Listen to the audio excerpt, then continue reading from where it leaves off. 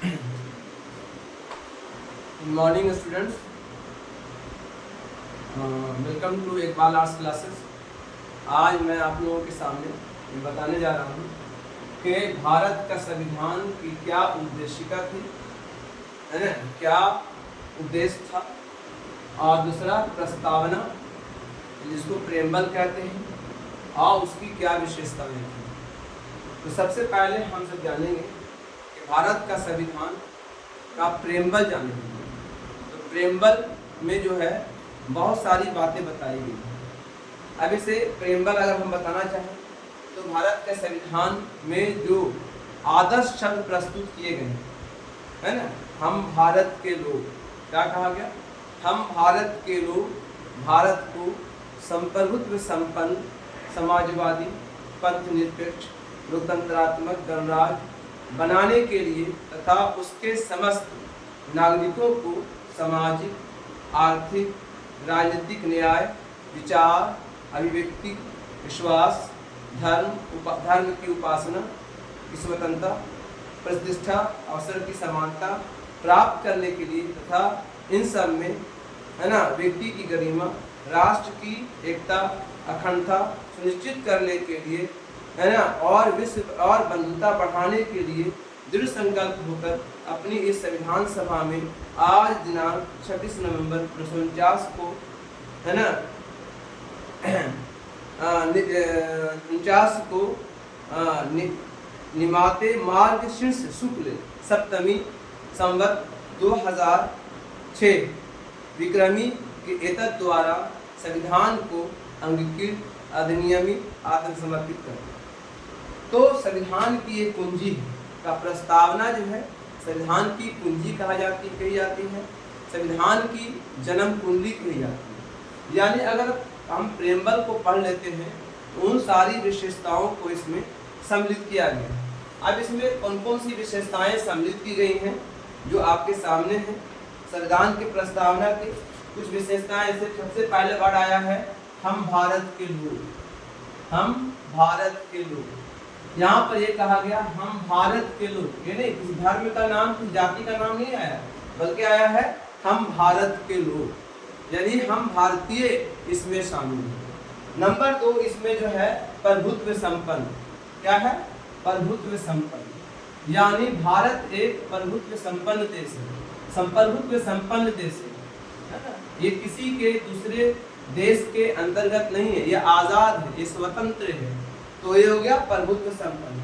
तीसरा यहाँ शब्द आया है समाजवादी, क्या आया है, समाजवादी, समाजवादी शब्द आया है, इसका अर्थ होता है सोशलिस्ट बोलते हैं हम लोग अंग्रेजी में। ये शब्द आया है, ये समाज में सभी वर्गों को बराबरी का स्थान दिया गया। अगला वर्ड आया है पंथ निरपेक्ष, क्या आया है, पंथ निरपेक्ष शब्द आया है, पंथ निरपेक्ष, ठीक है। अगला शब्द इसमें आया है लोकतांत्रिक, ठीक है। तो लोकतांत्रिक, भारत एक लोकतांत्रिक देश है, यहाँ पे जनता का शासन चलता है। और अगला शब्द आया है गणतंत्र। तो गणतंत्र का मतलब भारत का अपना एक संविधान है ना, और ये संविधान के द्वारा चलता है, इसी को बोलते हैं गणतंत्र। तो भारत एक गणतांत्रिक राज्य है। फिर अगला एक शब्द आया है न्याय, न्याय शब्द आया है ना, जो भारत के संविधान के मुख्य पिलर है। फिर एक आया आपका समानता, है ना, समानता शब्द आया है, समानता, है ना, इक्वलिटी, है ना। और एक शब्द आया है समझे समानता, उसके बाद आया स्वतंत्रता, स्वतंत्रता शब्द आया है, जो सभी के लिए स्वतंत्रता जरूरी है, स्वतंत्रता शब्द आया है। और इसके बाद एक आया है आपका लास्ट में जो आया बंधुता, बंधुता शब्द मतलब आया है हम सब एक हैं, बंधु हैं, तो बंधुता शब्द आया है। तो इस तरह से मुख्य पिलर के साथ भारत का संविधान टिका हुआ है, और ये इसी पर ही भारत का संविधान, यही भारत के संविधान की प्रमुख जो है उद्देशिका है कि हम भारत में इस संविधान के थ्रू ये हमारे जनता को ये सब मिले, यानी यहाँ पे कोई जाति पाति छुआछूत ना हो, प्रभुत्व संपन्न हो, समाजवादी हो, पंथ निरपेक्ष हो, है ना, ये सारी चीजें यहाँ पर मौजूद होनी चाहिए। ये हुआ आपका प्रस्तावना का मेन पार्ट। अब आते हैं हम लोग भारत की संविधान जो बनाया गया है ना, ये जो है इसके इसके बहुत सारे समझिए की विशेषताएं हैं, है ना। ऐसी सी विशेषताएं हैं जो किसी और देश में नहीं है ना, किसी और देश के संविधान में नहीं है। सबसे पहले तो भारत के संविधान में एक शब्द, भारत के संविधान की विशेषता में एक शब्द है उपयोजनशीलता, यानी डिराइवेशन, है ना। मतलब अकॉर्डिंग टू सिचुएशन के अनुसार it can be derived, it can be amended, इसको बदला जा सकता है, इसको अमेंड किया जा सकता है, तो इसको बोलते हैं डिराइवेशन, इसके अंदर पाया गया है। फिर अगला जो पॉइंट्स है उसका है वो निर्मित और लिखित संविधान है। भारत का संविधान क्या है?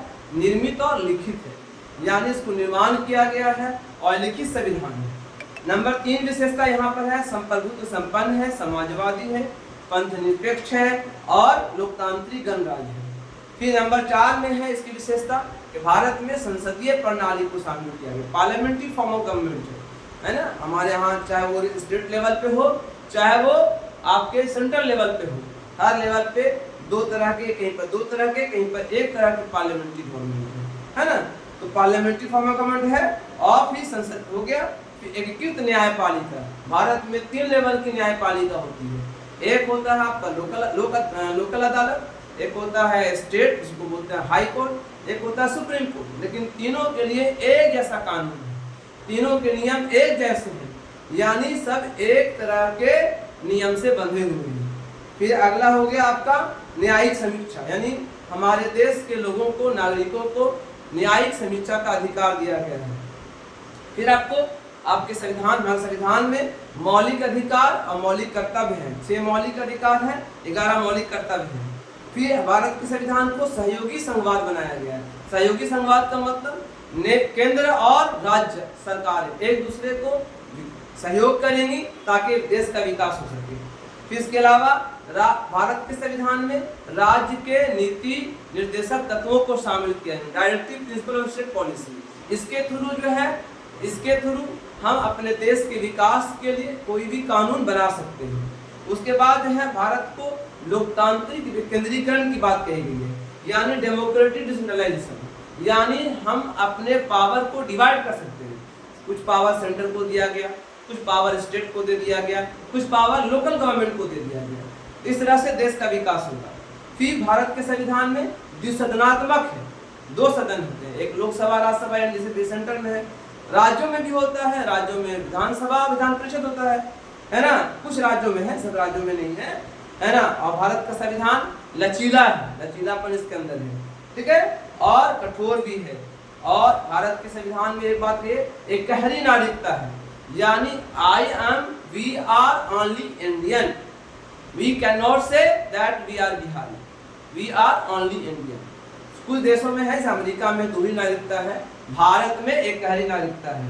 और भारत में संकटकालीन धाराएं हैं, है ना, जिसके कारण जो है अगर कोई देश में कुछ ऐसे हालात पैदा हो जाते हैं तो कभी कभी हमारे मौलिक अधिकार के कुछ पार्ट हमसे छीने जा सकते हैं, यानी जरूरत पड़ने पर, ठीक है, ताकि सिचुएशन को कंट्रोल किया जा सके। ऐसे स्थिति को बोलते हैं संकटकालीन धाराएं।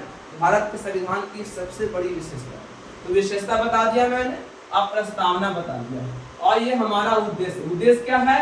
समाजवादी विकास करना, समाज समानता लाना, एकता लाना, देश को विकास करना, है ना, देश में बंधुता लाना, ये हमारा उद्देश्य है, हमारा पर्पस यही है। और समय समय पे जो हमारे देश में संविधान में बदलाव आता है, जो अमेंडमेंट होते हैं, वो इसी कारण से होता है ताकि हमारे देश की विकास की प्रक्रिया में कोई रुकावट नहीं आए। अब जो है भारत के संविधान का स्रोत क्या क्या है, कहाँ से आया गया?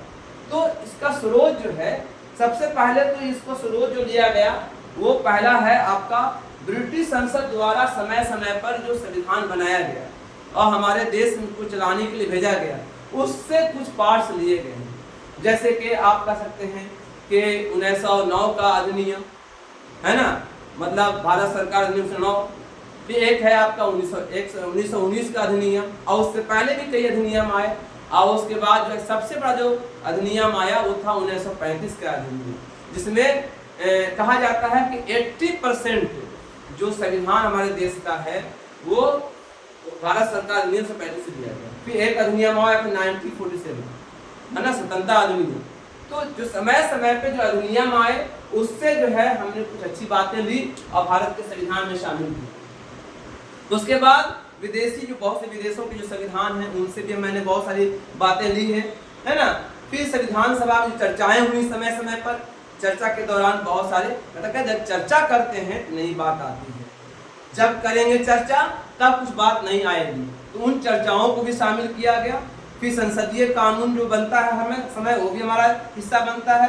कुछ न्यायिक जो इश्यूज होते हैं जो उसमें व्याख्याएं की जाती हैं कोर्ट द्वारा, उसको भी कानून में शामिल किया जाता है। और जो कार्यपालिका के आदेश होते हैं वो भी कानून के हिस्सा बन जाते हैं। हमारे समाज में बहुत सारे रीति रिवाज हैं, भाषाएं हैं, तो उनको देखते हुए भी कानून बनाया गया है, ठीक है। हमारे रीति रिवाज को शामिल किया गया है। हमारे देश के संविधान की बड़ी विशेषता है कि इसमें धर्म को रुकावट नहीं है, किसी जात की रुकावट नहीं है, किसी को छुआछूत कर किसी कोई भी रस्म रिवाज को रुकावट नहीं दिया गया। सबको अपने अपने काम करने का अधिकार दे दिए गए हैं, बशर्ते कि वो कानून के मुताबिक हो। इसके अलावा एक और संविधान, एक और पाठ है प्रसिद्ध रचनाएं, जो हमारे में बहुत सारी रचनाएं हैं, जैसे कौटिल्य की रचनाएं हैं, और प्राचीन काल में किताबें लिखी गई, बहुत सारी पुस्तकें लिखी गई जिसमें जो है लोकतांत्रिक प्रक्रिया का वर्णन किया गया है। तो उन चीज़ों से भी भारत के संविधान में उस सोर्स को लिया गया। इस तरह से भारत के संविधान के सोर्स हुए। अगले हम एपिसोड में, अगले हम जो है वीडियो में बताएंगे कि भारत के संविधान में जो बहुत सारी ऐसी चीज़ें हैं, जैसे अमेंडमेंट हुआ, अमेंडमेंट की बात करेंगे हम लोग, है ना। फिर उसमें मौलिक अधिकार की बात करेंगे हम लोग, फिर मौलिक कर्तव्य की बात करेंगे हम लोग, उसमें बहुत सारी और चीज़ें हैं, है ना, संविधान के अनुसार। उसके बारे में हम लोग अगले भाग में बात करेंगे, है ना।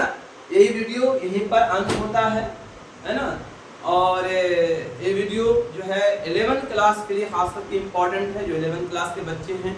और इसके अलावा कॉम्पिटिटिव लेवल से बहुत सारे ऐसे क्वेश्चन आते हैं।